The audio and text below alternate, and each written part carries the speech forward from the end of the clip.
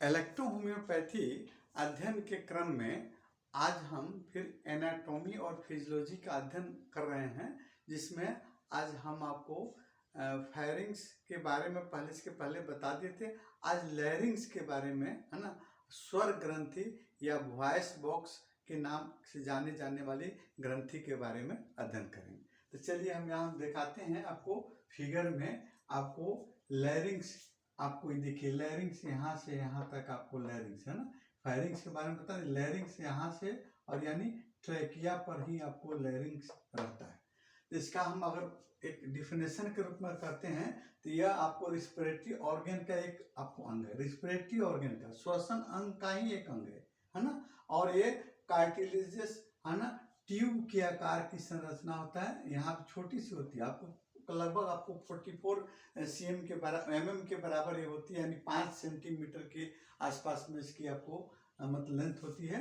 और गले में जो है ट्रेकिया, है ना, ट्रेकिया के ऊपर, ट्रेकिया के ऊपर, ये ट्रेकिया है आपका, ट्रेकिया के ऊपर और आपको ओसोफेगस के सामने, ये पीछे वाला भाग ओसोफेगस है, इसके सामने ट्रेकिया है। ट्रेकिया के सामने आपको, ट्रेकिया के सामने ही आपको क्या करता है, आपको साउंड बॉक्स या लैरिंग्स आपको रहता है।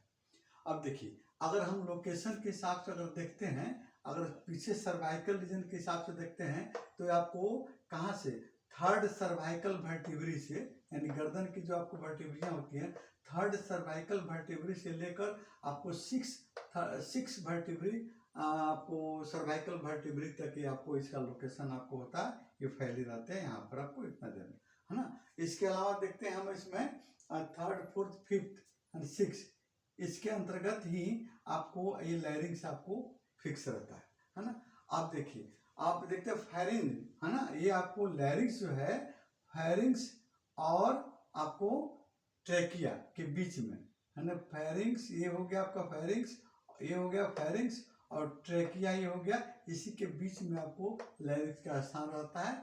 यानी टंग, यानी जीभ के, अगर इसको मानते हैं, टंग के नीचे आपको हायोइड बोन रहता है, तो हायोइड बोन से इसके ही आपको स्टार्टिंग होता है ट्रेकिया का, है ना।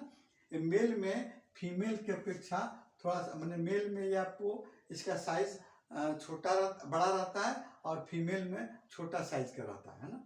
और लैरिंग्स के बगल में, ये लैरिंग्स जो है, लैरिंग्स के बगल में आपको थायराइड ग्लैंड पाई जाती है, रहता है। ये दो, इसमें दो वोकल कॉर्ड होते हैं, है ना, दो आपको साउंड उत्पन्न करने के लिए जिम्मेदार होते हैं। आपको दो वोकल कॉर्ड होते हैं और उस वोकल कॉर्ड में आपको एक म्यूकस मेम्ब्रेन का जाल बिछा रहता है।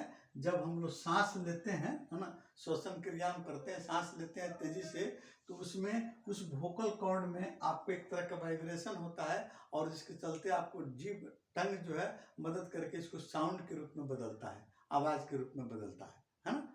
ये अब इसके बाद हम देखते हैं, आपको लैरिंग्स को हम 3 भाग में आपको बांट सकते हैं, है ना। लगभग आपको देखिए यहाँ एपिग्लोटिस वाला स्थान है, तो ये आपको 3 भाग में कैसे बांटेंगे, सुपर ग्लोटिस। तो सुपर ग्लोटिस जो भाग है, जो वोकल कॉर्ड से आपको ऊपर रहता है, यानी वोकल कॉर्ड से आपको ऊपर रहता है, कौन, आपको सुपर ग्लोटिस, है ना।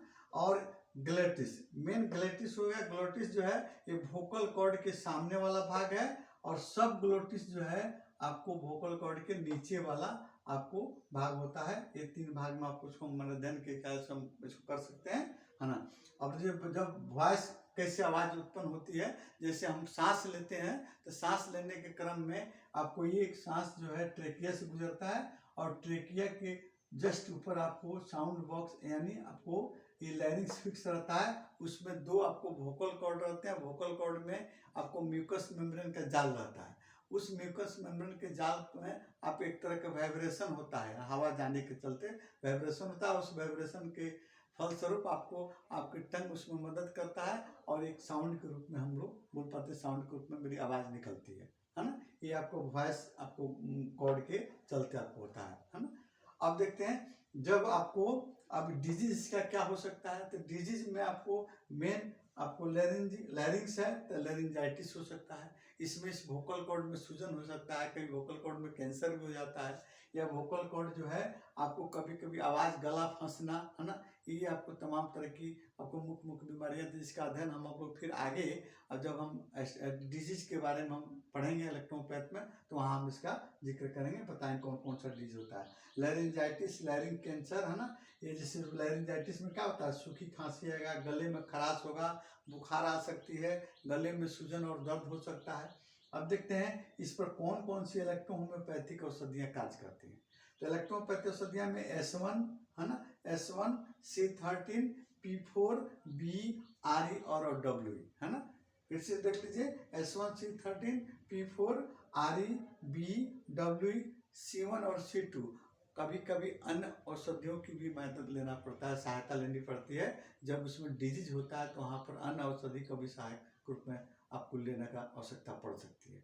लेकिन मुख्य रूप से इन औषधियों के क्षेत्र में इसकी बीमारियां आती हैं। इस औषधियों को हम माइंड में रखेंगे और आवश्यकता पड़ने पर अन्य औषधि की आवश्यकता पड़ी इलेक्ट्रोपैथ की तो उसको भी हम सहयोग के रूप में ले सकते हैं।